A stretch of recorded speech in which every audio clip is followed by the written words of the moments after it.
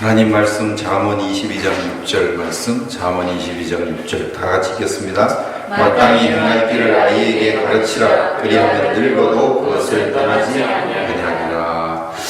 오늘 증거할 말씀은 현용수 박사님이 지은 유대인을 모델로 한 인성교육의 노하우라는 책이 있는데, 그 책을 기본으로 말씀을 전하려고 합니다. 유대인을 기본으로 인성교육을 하는 것이 왜 중요한가, 그것을 거기에 잘 설명해 두었습니다. 우리가 흔히 아는 대로 유대인들은 노벨상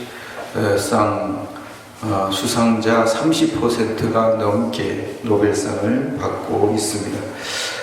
사회적인 지도자들이 많이 배출되고 있고, 또 미국을 비롯한 세계 경제를 좌지우지하는 그런 민족이 되는 것입니다.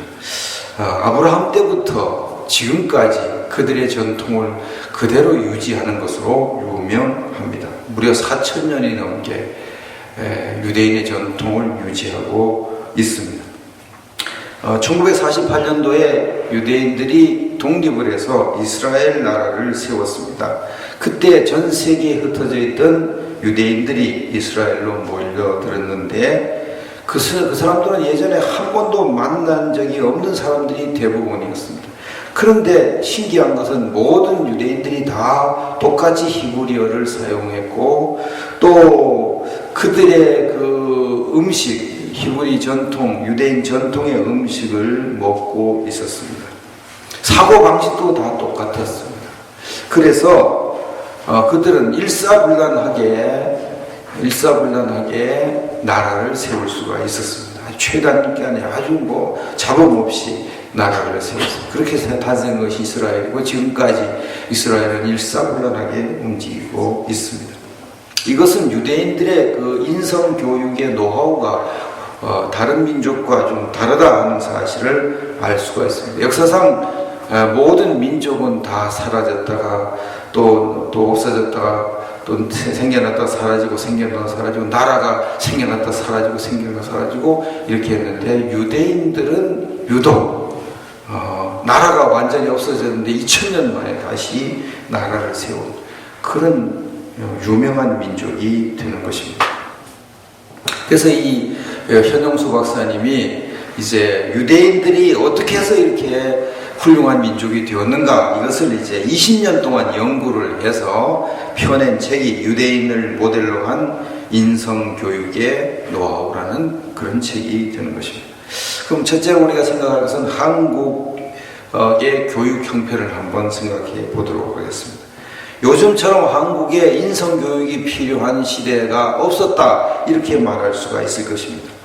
얼마 전에 보니까 어떤 중학교에서는 학생이 선생님과 다투다가 선생님의 머리를 끄잡고 싸웠다고 이렇게 보도가 됐습니다. 그것이 동영상으로 찍혀가지고 보도가 됐습니다. 어떤 학교에서는 학생이 교감 선생님을 폭행을 해서 무리가 일어난 적도 있습니다. 지난 금요일날 동아일보 보도 내용을 보니까 최근 2년 동안 경기도 내에 있는 초, 중, 고등학교 학교에서 학생을 체벌한 교사보다, 학생을 때린 교사보다 선생님을 때린 학생이 더 많았다고 집계가 됐습니다. 2년 동안 교사가 학생을 체벌한 것은 35건이었는데 학생이 교사를 때린 것은 49건이라고 합니다. 이 완전히 이게 뒤바뀌어진 거죠. 교육이 이게 문제가 심각하다는 것을 알 수가 있습니다. 이거 왜 이렇습니까? 학교나 가정이나 인성교육을 무시하고 지성교육만 시키기 때문이죠. IQ 교육만 시키기 때문에 그런 것입니다. 두 번째로 생각하는 것은 인성교육이 무엇인가 하는 것을 먼저 생각해야 되겠습니다. 인성교육이 무엇입니까? 인성교육이라고 하는 것은 사람의 성품을 선하게 만드는 교육이라고 쉽게 정의를 내릴 수가 있습니다. 사람의 성품을 선하게 만드는 교육. 구체적으로 말하면 사람의 성품을 선하게 만들어서 선한 행동을 하게 만드는 교육이 인성교육이 되겠습니다. 그래서 사람은 인성교육을 잘 받은 만큼 선한 행동을 하게 되어 있습니다. 인성교육이 잘 된 사람은 선한 행동을 그만큼 잘 할 것이고, 인성교육이 잘 되지 않은 사람은 악한 행동을 그만큼 하게 되어 있습니다.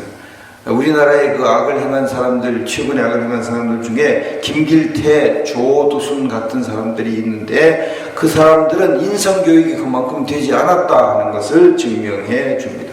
성경에 나온 요셉과 에스더 같은 사람은 인성교육이 그만큼 잘 되었다 하는 것을 증명해 줍니다. 그럼 세 번째로 인성교육은 어떻게 시킬 수가 있는가 생각할 수가 있겠습니다. 인성교육을 어떻게 시킬 수가 있을까요? 인성교육을 시키려면 바른 사상을 사람들에게 주입시켜야 됩니다. 주입이라고 하는 말이 어폐가 있을지 모르지만 바른 사상을 심어주는 거죠. 철저하게 바른 사상을 심어주면 인성이 좋아져서 바른 행동을 하게 되어 있는 것입니다. 사람에게 바른 사상이 왜 필요한가? 이것은 공산주의 하는 사람들을 연구해 보면 쉽게 알 수가 있습니다. 사람은 공산주의 사상을 이제 철저하게 주입을 받으면은 사람으로는 할 수 없는 짓을 자기도 모르게 그냥 자동적으로 하게 되어 있습니다. 이 공산주의자들은 어린아이가 태어나면 저질될 때까지는 엄마가 키우게 하고 아버지가 키우게 하는데 저질 딱 되면 그 다음부터는 이제 유치원부터 그냥 데리고 가서 그때부터 공산주의 사상으로 무장된 선생이 계속 공산주의 교육을 시켜 됩니다. 이렇게 공산주의 교육으로 사상 무장을 시켜 놓으면은 그 학생은 이제 완전히 공산당 사상으로 물들어 가지고 자기 아버지도 모르고 엄마도 모르는 그런 아주 나쁜 인간이 되고 마는 것입니다. 그래서 아버지가 공산주의 사상에 좀 잘못되고 거기에 맞지 않는 그런 이야기를 하거나 행동을 하면 즉각 고발을 하는 것입니다. 자식이 아버지를 죽음으로 내모는 것이죠. 그래가지고 그 아버지가 이제 공산당 사상에 많이 위배된 일을 했다, 뭐 그런 말을 했다 그러면은 이제 당장 사형을 시키는데, 그 사형을 시킬 때도 그 자식 보고, 고발한 자식 보고 제일 먼저 죽이라고, 또 자식 보고 죽이라고, 또 뭐 돌로 치서 죽이거나 뭐 하면, 때려서 죽이거나 하면 자식 보고 제일 먼저 때리라고. 이런 폐륜적인 일을 자식은 아무런 양심의 거리낌이 없이 그냥 하는 것입니다. 왜 그렇습니까? 그런 인성교육을 받았기 때문에, 나쁜 인성교육을 받았기 때문에 그렇게 하는 것입니다. 반대로 이제 기독교 인성교육을 받으면은 좋은 인성교육을 받기 때문에 자연히 기독교 인성교육이 강한 사람은 부모를 공경하게 되는 것입니다. 인성교육을 시키는 방법이 여러 가지가 있습니다. 한국의 부모들도 나름대로의 자녀들에게 인성교육을 시키고, 학교에서도 나름대로 선생님들이 학생들에게 인성교육을 시키고 있습니다. 그런데도 자녀들과 청소년들이 점점 더 나쁘게 되고 있습니다. 이것은 교육시키는 방법이 잘못되고 교육 내용이 잘못됐다 하는 것이 증명이 되는 것입니다. 심지어 한국 교회의 성도들의 자녀들도 굉장히 점점 나빠져 갑니다. 성도들도 자녀들을 어떻게 할지 몰라서 대책이 없는 경우가 너무 많습니다. 이것도 한국교회 성도들의 자녀들의 인성교육 방법이 잘못됐다 하는 것을 가르쳐 줍니다. 근데 반면 유대인들의 인성교육은 아주 잘 되기 때문에 대부분 유대인들의 자녀들은 100%는 아니지만 비교적 더 많은 사람들이, 그 자녀들이 훌륭한 사람으로 성장을 하게 됩니다. 이것은 유대인들의 인성교육 노하우가 상당히 수준이 있다 하는 것을 증명하는 것입니다. 현용수 박사님은 유대인들이 자녀들에게 인성교육을 시키는 방법을 소개했습니다. 첫째로 유대인들은 자녀들에게 인성교육의 필요성을 설명해 준다고 합니다. 사람은 행동을 바꿀 때에 명분이 뚜렷해야 행동을 바꾸는 것이죠. 명분이 뚜렷하게 생기면 이제 행동을 바꾸게 되는 것입니다. 저희 같은 경우에 이제 물 따로 밥 따로 식사를 이제 하게 됐는데, 그 처음에 물 따로 밥 따로 식사를 하는 것에 대해서 좀 이렇게 이해가 안 돼가지고, 자, 이렇게 물 따로 밥 따로 먹으면 이게 소화가 제대로 될까, 뭐 이렇게 자꾸 잘 안 됐습니다. 그런데 거기에 관한 이제 어떤 그 설명을 잘한 동영상을 하나 딱 보니까 이제 물 따로 밥 따로가 이제 좋은 거구나. 그래서 딱 거기에 인식이 되고 명분이 생기니까 그 다음부터 쉽게 물 따로 밥 따로를 할 수가 있게 되었습니다. 저희 어머니가 어릴 때 저에게 자주 들려주신 말씀 중에 하나가, 어른 말을 잘 들으면 자다가도 떡이 생긴다, 이런 말씀을 많이 하셨습니다. 그 이제 어른 말을 들어서 좋은 일이 생겼을 때에 그런 말을 합니다. 어른 말에서 좋은 일이 생겼어요. 그럼 이제 그게 딱 머리에, 어른 말을 들으면 좋은 일이 생기는구나, 이게 이제 머리에 박히게 되고 자연히 어른들 말을 잘 듣게 되었습니다. 그런데 대부분 한국 교회나 혹은 일반인들이 자녀들을 교육시키는 걸 보면 우격다짐식으로 무조건 시킵니다. 무조건 암송식으로 시킵니다. 무조건 해요. 무조건 부모 말 잘 들어야 돼. 선생님 말씀 잘 들어야 돼. 무조건 그렇게 하는 것입니다. 그럼 애들은 이제 거기에 대한 납득이 안 되고 명분이 안 생기니까, 왜 부모 말을 잘 들어야 되는지, 왜 선생님 말을 잘 듣는지, 왜 어른들 궁금한지, 이것이 충분히 납득이 안 되니까 이론은 이렇게 돼 있는데, 여기 말 들어가지고 들어있는데 명분이 꽉 안 생기니까 행동은 엉뚱하게 나오게 되는 것입니다. 학교에서 시험을 치면 100점을 맞는데, 도덕시험 100점을 맞는데 행동은 완전히 빵점이 되는 것입니다. 그래서 유대인들은 이제 이것을 하는 거죠. 유대인들은 그럼 어떻게 납득을 시키는가? 성경으로 납득해서 성경 말씀으로 자녀들에게 인성교육을 바로 받아야 될 것을 납득을 시키게 되는 것입니다. 그 명분을 성경 말씀으로 준 것이죠. 왜? 성경이 하나님 말씀이니까. 하나님 말씀에 이렇게 얘기했다. 하나님 말씀에 부모를 공경하라고 했다. 하나님 말씀에 하나님을 공경하라고 했다. 하나님 말씀에 이웃에게 선을 행하라고 했다. 이렇게 가르치는 것이죠. 신명기 6장 4절로 9절 말씀을 한번, 신명기 6장 4절로 9절. 이스라엘 백성들이, 유대인들이 이 말씀을 근거로 자녀들에게 인성교육을 철저하게 시키는 말씀. 신명기 6장 4절에서 9절 말씀.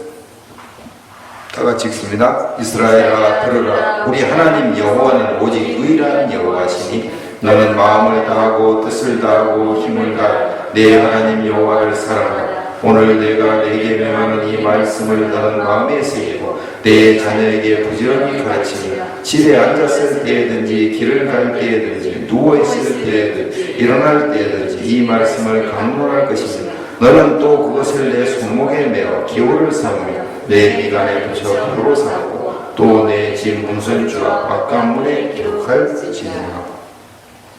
하나님께서는 이스라엘 백성들에게, 내 자녀들에게 하나님의 말씀을 철저하게 가르쳐라, 이렇게 말씀하고 있는 것입니다.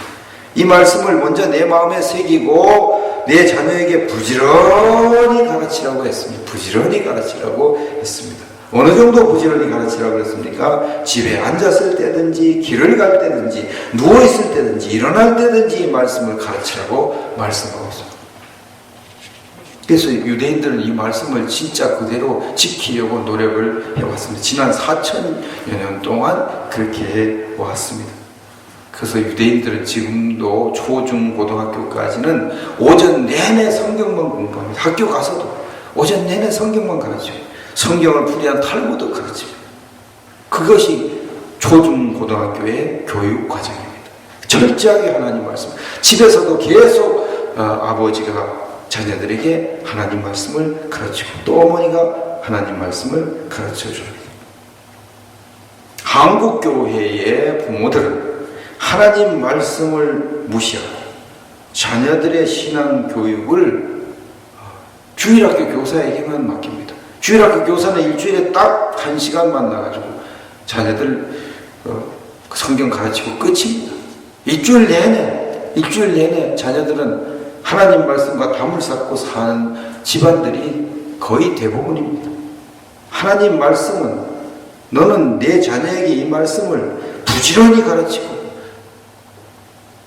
집에 앉았을 때도 길을 갈 때도 언제든지 가르치라고 말씀했는데 그렇게 하지를 않습니다.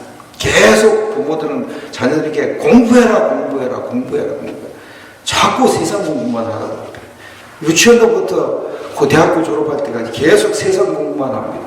이런 인성교육이 제대로 될 리가 없죠. 자녀들이 하나님 말씀을 모르니까 명분이 하나님 말씀을 실천할 명분이 생겨야 되고 바르게 살 명분이 생기지 않으니까 결국은 제멋대로 행동할 수밖에 없는 것입니다. 유대인들의 인성교육, 자녀들의 인성교육 방법 중에 아주 특이한 방법은 자녀들에게 끊임없이 질문을 해서 인성교육을 시키는 것입니다.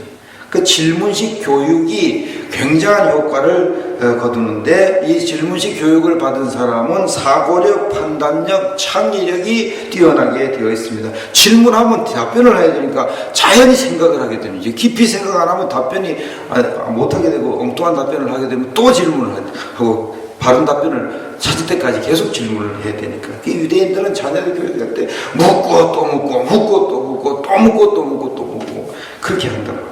그러니까 사고력이 깊어지고 또 판단력을 정확하게 하는데 판단력이 깊어지고 또 새로운 걸 만들어내니 창의력이 높아지고 유대인들이 그래서 이제 두각을 나타내는 것입니다. 현영수 박사님 유대인들이 자녀들에게 인성교육을 시키는 방법을 하나 책에 소개한 것이 있는데 6살 된 아들 다윗이라는 아들을 교육시키는 것을 이제 거기다 소개했습니다. 그 다윗이 옆집에 장미꽃을 꺾어 왔습니다. 잘못을 했죠. 그럼 이제 너 왜 장미꽃을 왔어? 이거 나쁜 짓. 이렇게 안 하고 유대인들은 다윗아 너 왜 옆집에 장미꽃을 꺾었니? 이렇게 묻고 그럼 다윗이 꽃이 예뻐서 꺾었어요. 그럼 아빠가 묻습니다. 그 장미는 내 것이냐 아니면 옆집 주인의 것이냐? 그 옆집 주인의 것이지요. 너는 남의 집 장미를 꺾으면 안 되는 이유를 아니? 이랬습니다. 그럼 얘가 내 것이 아니니까 꺾으면 안 되지요. 내 것이 아니면 왜 내 것이 아니면 꺾으면 안 되는 거지? 아들이 이제 대답을 못한다면 남의 장미를 꺾는 것은 십계명 중에 어느 계명을 위반하는 거지 이렇게 묻습니다. 그럼 이제 십계명은 어려서부터 달달달달 외운 거니까 제 5계명을 외운 것입니다. 도둑질하지 말라 하는 말씀. 어긴 것이 맞아, 그렇지. 그때 이제 아들이 또 의문을 가지고 부모에게 물을 수가 있다는 거죠. 아버지, 하나님은 왜 남의 것이 보호되기를 원하시는 것이지요? 이렇게 묻습니다. 그럼 이제 또 아버지가 대답을 해야죠. 그 이유는 하나님은 자신이 창조하신 모든 생명들을 동일하게 사랑하시기 때문이란다. 이렇게 설명해주고 아버지가 또다시 질문합니다. 이제 내가 남의 집 장미를 꺾으면 안 되는 이유를 설명해 볼래? 이제 그 아이가 이제 설명을 또 성경 말씀을 근거로 또 해야 될 거예요. 하나님은 남의 것이 보호되기를 원하시고 또 하나님은 도둑질하지 말라고 그러셨고 이렇게 설명을 쭉 이제 하는 거죠. 그 이제 만족한 설명이 됐다 이렇게 하면은 이제 너는 내가 꺾은 장미를 어떻게 처리해야 되겠니? 묻습니다. 그럼 얘는 이제 방법 하나밖에 없는데 주인에게 가서 용서를 빌어야죠. 용서를 빌어. 그렇게 하거라.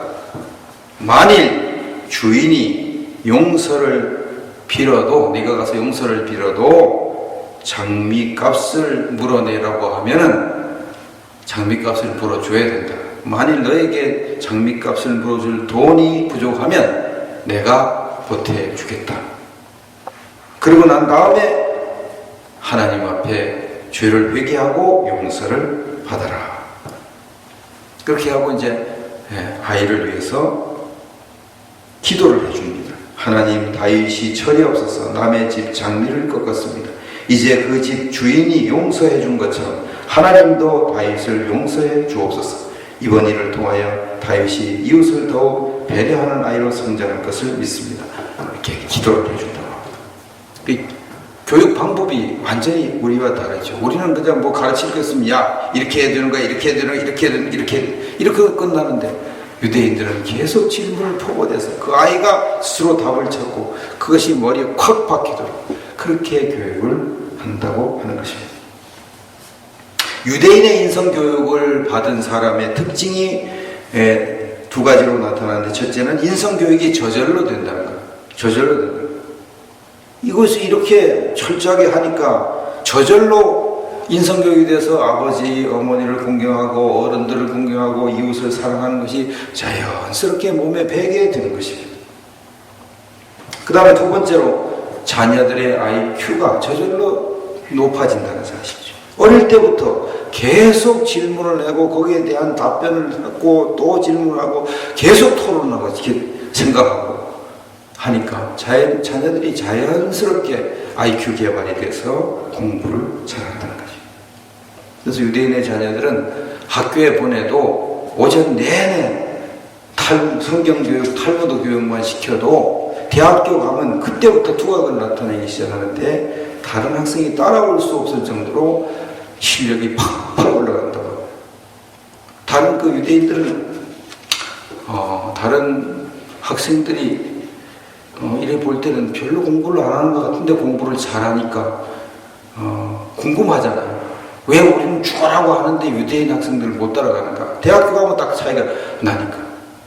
그럼 유대인 학생들은 그러더라고요. 우리는 어려서부터 그 어려운 성경 말씀 가지고 하도 생각하고 또 생각하고 하도 해가지고 대학교 와서 공부하는데 식은 죽 먹기 쉽다는 거예요. 다른 학생들이 서너 시간 공부해서 이해할 걸 우리는 한 시간만 공부해도 금방 이해가 돼버리니까. 그래서 우리는 공부가 쉽다는 거예요.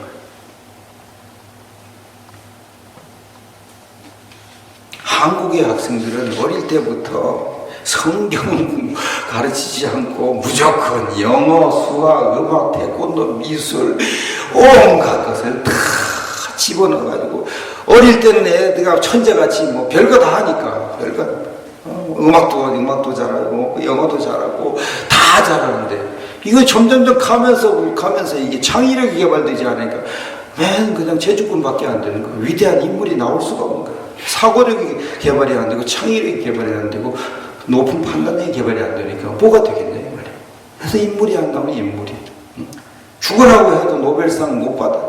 노벨상 받은 사람이 한 사람 있는데 우리나라에도 북한에 돈 뭐 5만 달러가 갖다 주고 어거지로 노벨상을 받았다고 지금 망신을 당하고 있는 그런 진짜 공부를 잘해가지고 진짜 군대에 나서 노벨상을 못 받고 있지 않습니까?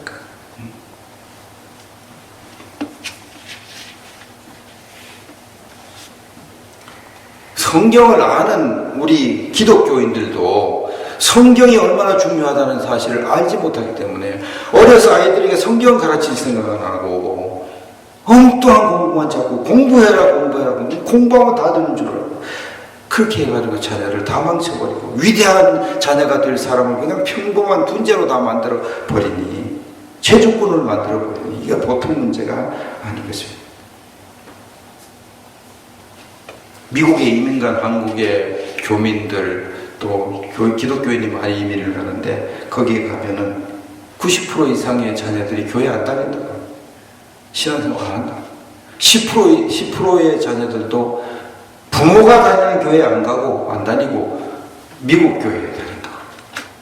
그건 이제 부모의 신앙은 자기들 대에 끝나는 거. 자녀들은 그냥 완전히 따라오는 거.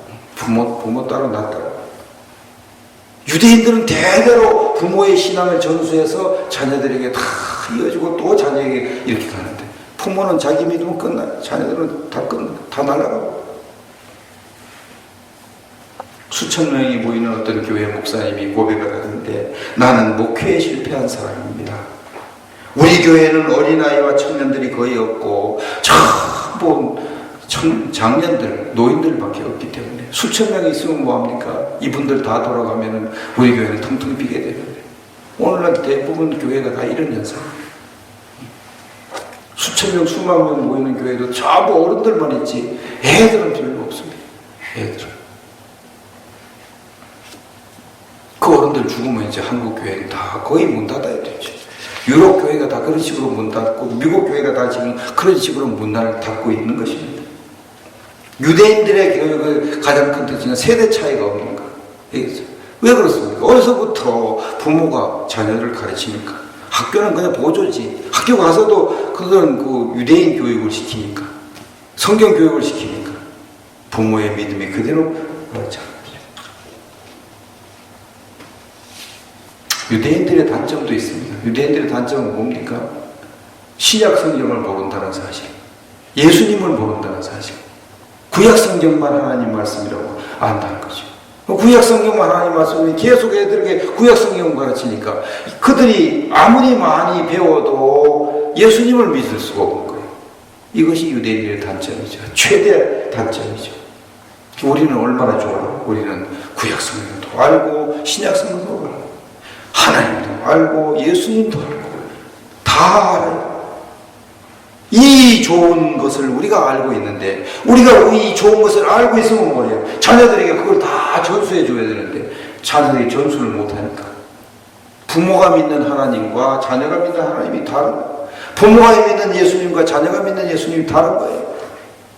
부모가 믿는 하나님이 자녀를 안 믿는 겁니다. 중학교 가면 벌써 더 안 믿고, 고등학교 가면 더 안 믿고, 대학교 가면 다 날아가고. 이것이 한국교회의 현실이에요. 그럼 부모가 죽으면 이제 교회는 문을 닫아야 되는 거 아니겠습니까? 저 유럽교회처럼 어른들만 몇 명, 그 수천 명이 모이는 교회에 어른들만 몇 명 모여가지고 겨울에 난방비가 없어가지고 난방도 못하고 오돌오돌 떨면서 어른들만 몇 명이 노인들만 예배를 드리는 그런 비참한 일이 우리나라에도 곧 이제 일어나는 것이죠. 우리나라가 이제 교회가 무너지는 속도가, 유럽이 무너지는 데는 한 400년 정도 걸렸는데 우리나라는 벌써 100년 만에 벌써 교회가 무너지고 있는 것입니다. 100년 만에 어른들만 있는 교회가 되어버린 것입니다. 이 어른들 죽는데 뭐 어른들이 뭐 100년 살 거예요, 1000년 살 거예요. 100년 아니면 다 죽잖아요. 끝나는 거예요, 100년은. 우리 한국교회는 200년 안에 끝난다는 결론이 나오는 것입니다. 한국교회는 자녀들에게 신앙교육을 시켜야 되는데 자녀들에게 신앙교육을 시킬 생각을 하고 맨 세계 선교, 무슨 뭐 열방 선교, 교회 봉사, 왜 이런 것만 하는 거예요? 왜 이런 거? 자기 자녀들은 진짜 선교를 안 하고, 현용수 박사님이 말했습니다. 자녀가 선교 1번지라고 그랬어요. 자녀가 선교 1번지. 제일 선교지가 자녀라고 그랬어요. 자기 자녀는 신앙교육 안 시키고 맨 세계 선교만 하잖아요. 맨 세계 선교. 맨 교회 봉사는 하잖아요. 맨 이웃 전도만 하잖아요. 그건 뭐 하는 거예요? 그것도 중요하지만 자기 자녀에게 신앙 전수 못 해가지고 그 교회 다 문 닫아버리면 그 다음에 세계 선교 어떻게 하려고 그러냐 이 말이에요. 그 다음 세계 선교 못 하잖아요. 자기는 은혜 받고 해서 자기는 하지만 자기 죽으면 끝나는데, 이런 어리석은 일을 지금까지 한국교회가 하고 있다는 사실, 너무나 안타까운 일이 아닐 수가 없습니다. 저는 지금부터 한 25년 정도 되는 것 같은데, 그때 어린이 선교원 신학교의 이강모 학장님으로부터 통합 예배의 필요성에 대해서 배웠습니다. 그때 그 마음에 확 닿습니다. 이강모 학자님은 서구 교회가 망한 것은 어른들과 아이들이 따로 예배를 드리고 난 다음부터 망했고, 아이들을 따로 학교에 보내가지고 교육시킨 다음부터 서구 교회가 망했다. 이것을 이제 정확히 진단을 했습니다. 아이들과 어른들이 함께 예배를 드리면서 어른들의 신앙을 아이들이 보고 자라서 그 신앙이 전수되어야 되는데 그걸 실패했기 때문에 서구 교회가 망했다. 우리 한국 교회는 그러면 안 된다. 어른들과 어린이들이 다 같이 예배 드려야 된다. 이렇게 얘기했습니다. 그래서 이것이 맞다. 그래, 그때부터 우리 아이들부터 이제 같이 예배를 드리기 시작했습니다. 우리 아이들이 그때 유치부 때 같은데, 하림이 그때 몇 살인지 기억나? 하림이가 1학년 된가 유치원 된가 그때부터 했습니다. 처음엔 너무 힘들죠. 애들이 그냥 주일학교 가서 지멋대로 떠들고 막 이렇게 하다가 어른 예배 갑자기 앉혀놓으니 이거 얼마나 이렇게 하고, 특히 우리 더 어린 우리 아들은 못 견뎌하고, 그래도 가만히 있어 조용히 해. 근데 금방 적응하는데 애들은 이게 머리가 그냥 스펀지 같은, 마른 스펀지 같은 금방 팍팍 빠져들어요. 금방 적응합니다. 훈련시킨 대로 되는 것입니다. 그래서 뭐 그냥 한 달 지나면 금방 적응돼가지고 그다음부터는 잘 예배를 드립니다. 그러니까 이제 자연스럽게 우리의 신앙이 아이들에게 전수가 됐습니다. 그래서 이제 고등학교 졸업할 때까지 그런 식으로 했습니다. 그런 식으로 했습니다. 그렇게 해서 우리는 절반이라도 성공했습니다. 절반이라도. 우리의 신앙이 자녀들에게 전수되는 것이 절반은 성공했다고 합니다. 절반. 나머지 절반은 왜 못했느냐? 아이들에게 이렇게 질문식으로 계속 성경을 가르쳐야 되는데 그걸 못했습니다. 그래서 아이들에게 성경 읽게 하고 기도하게 하고 설교 듣게 하고 이런 것만 했지 제가 직접 아이들에게 가르친 것이 설교 외에는 별로 없는 것이죠. 그래서 절반은 실패를 했습니다. 실패했어요. 제가 통영에서 뭐 한 10년 목회를 했는데 그때도 이제 그 아이들이 다 어른들과 함께 예배를 드리도록 했습니다. 그러니까 처음엔 다 힘들어했는데 그 장로님이 저하고 이제 마음이 딱 맞아가지고 그렇게 계속 밀고 나갔더니까 몇 달 만에 적응하고 그 어른들과 함께 예배드리는 아이들은 다 믿음이 잘 성장하고 그 어른도 공경할 줄 알고 근데 그렇게 안 하는 애들은 뭐 형편이 없습니다. 믿음도 형편없고 뭐 가정생활도 형편없고 가정에서 아주 엄격하게 그 예절 훈련을 시키는 그런 가정이 아니면은 애들은 형편없어집니다. 그래서 예절 훈련 이건 철저하게 시키는 것이 필요합니다. 네, 마지막으로 말씀드릴 것은 한국의 전통 문화가 우리 기독교인의 생활에 어떤 영향을 미치는가 하는 것을 이제 말씀드리려고 합니다. 이 현영수 박사님이 이거 연구를 했는데 한국만 아니라 각 민족마다 전통 문화가 있습니다.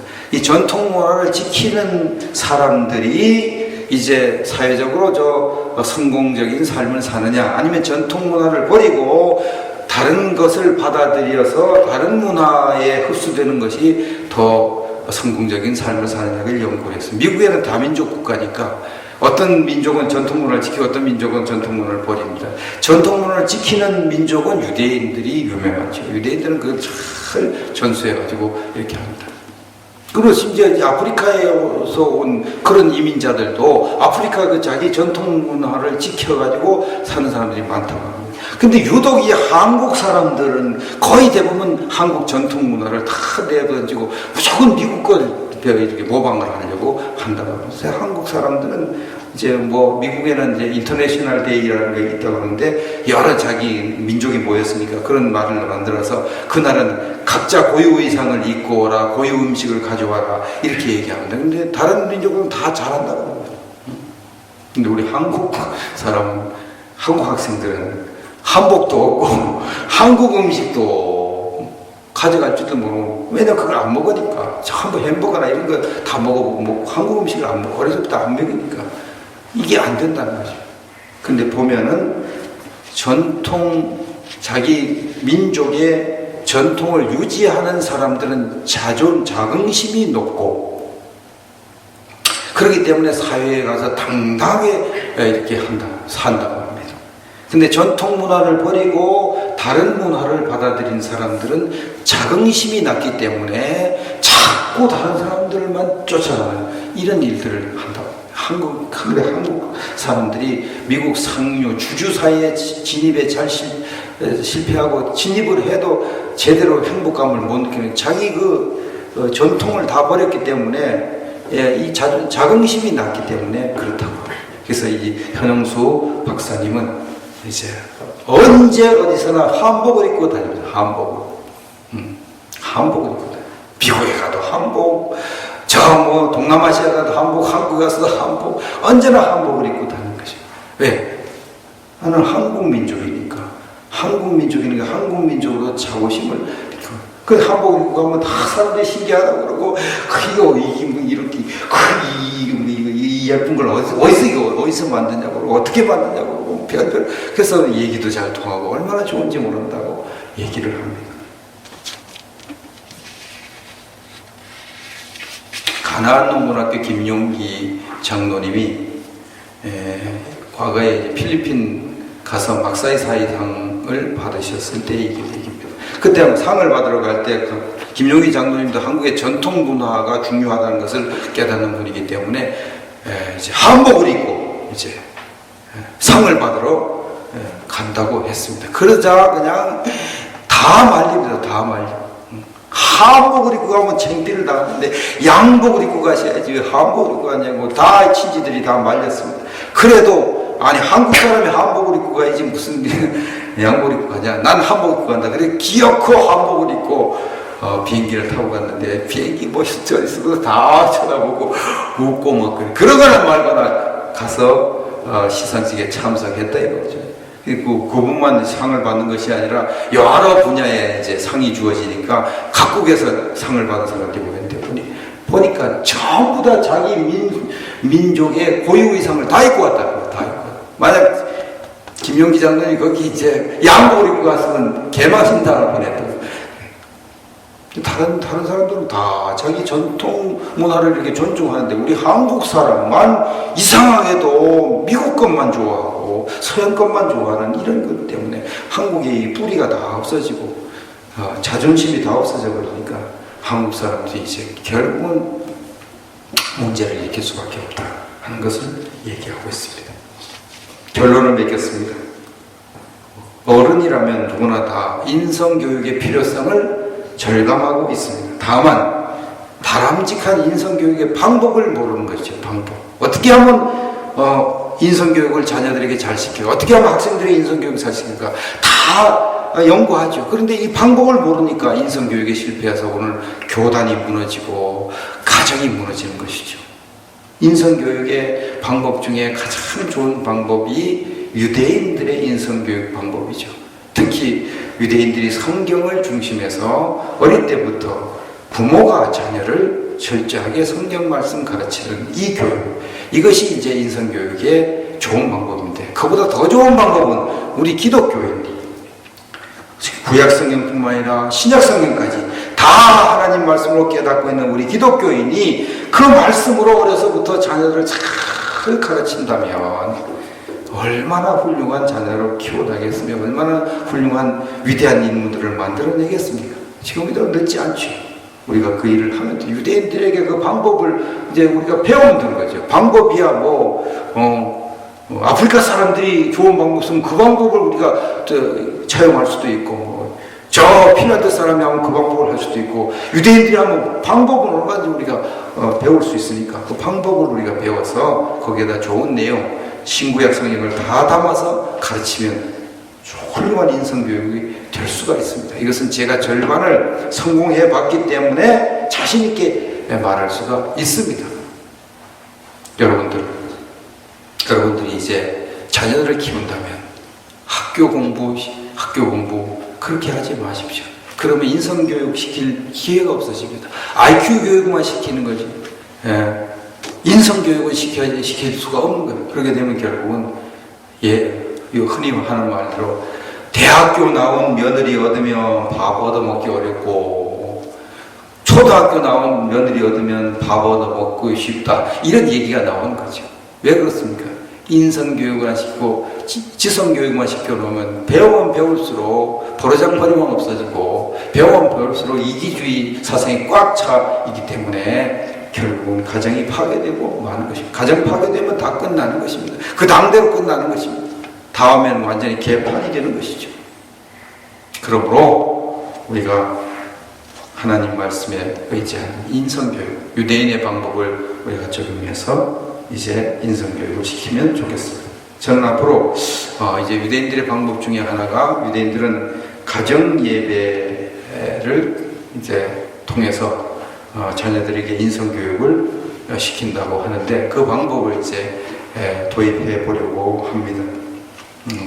이제 우선 주일날 난 예배 끝난 다음에 식사하는 그 자리 그 시간을 이용해서 이제 가정 예배 겸 이제 성경 공부하고 식사도 하고 유대인들은 그렇게 한다고 합니다. 그렇게 한다고 하는데 그 방법을 이제 시작해 보려고 합니다.